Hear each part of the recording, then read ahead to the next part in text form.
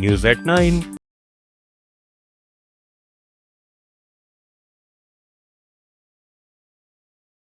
पाकिस्तान की national assembly के speaker सरदार अयाज सादिक ने ढाका में भारतीय विदेश मंत्री एस जयशंकर से हुई मुलाकात का ब्यौरा देते हुए कहा है कि जयशंकर खुद उनके पास आए, मुस्कुराते हुए हाथ मिलाया और कहा कि उन्हें पहचानता हूं, परिचय की जरूरत नहीं है।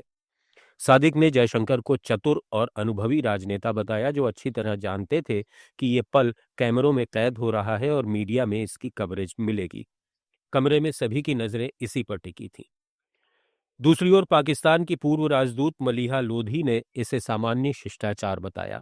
उन्होंने कहा कि इसका कोई राजनीतिक महत्व नहीं है, न बर्फ पिघल रही है और न दोनों देशों में बातचीत की दिलचस्पी है। मोदी के रहते तनाव में बड़ी कमी मुश्किल है।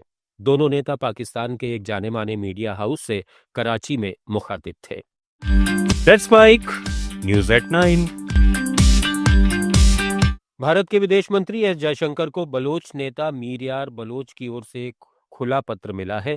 इसमें चेतावनी दी गई है कि पाकिस्तान के साथ गहराते रिश्तों और सीपीईसी परियोजना के अंतिम चरण में पहुंचने के कारण चीन आने वाले कुछ महीनों में बलोचिस्तान में अपनी सैन्य टुकड़ियां तैनात कर सकता है। पत्र में कहा गया है कि बलोचिस्तान की आज़ादी की लड़ाई को मजबूत नहीं करने पर यह कदम उठाया जा सकता है। ये न सिर्फ 6 करोड़ बलोच लोगों के लिए बल्कि भारत की सुरक्षा के लिए भी गंभीर खतरा होगा। बलोच नेता ने भारत से ठोस सहयोग की अपील की है। उन्होंने ऑपरेशन सिंदूर की तारीफ की और ऐतिहासिक सांस्कृतिक संबंधों का जिक्र करते हुए कहा कि दोनों के सामने खतरे आम हैं। ऐसे में भारत को इस चुनौती का जवाब देने के लिए मजबूत कदम उठाने चाहिए। भारत चीन सीमा से जुड़े मलारी राष्ट्रीय राजमार्ग पर सीमा सड़क संगठन ने बड़ी उपलब्धि हासिल की है। ऑल वेदर रोड परियोजना के तहत सियून गदरे के पास 104 मीटर लंबे स्टील ब्रिज का निर्माण लगभग पूरा हो चुका है, जिसे अगले साल यातायात के लिए खोल दिया जाएगा।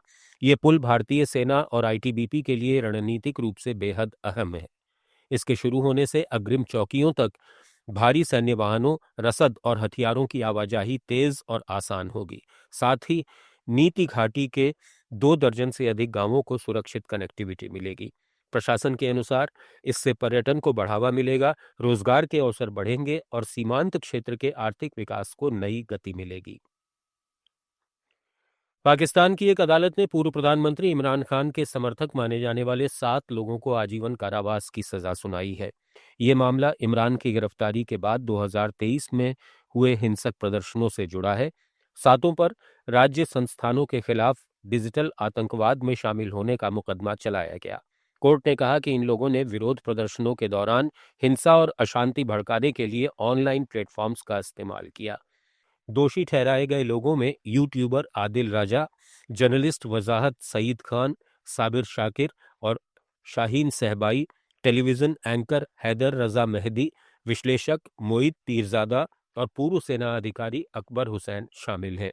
बांग्लादेश के शरीयतपुर जिले में हिंदू व्यापारी खोकोन चंद्रदास की बेरहमी से मौत हो गई।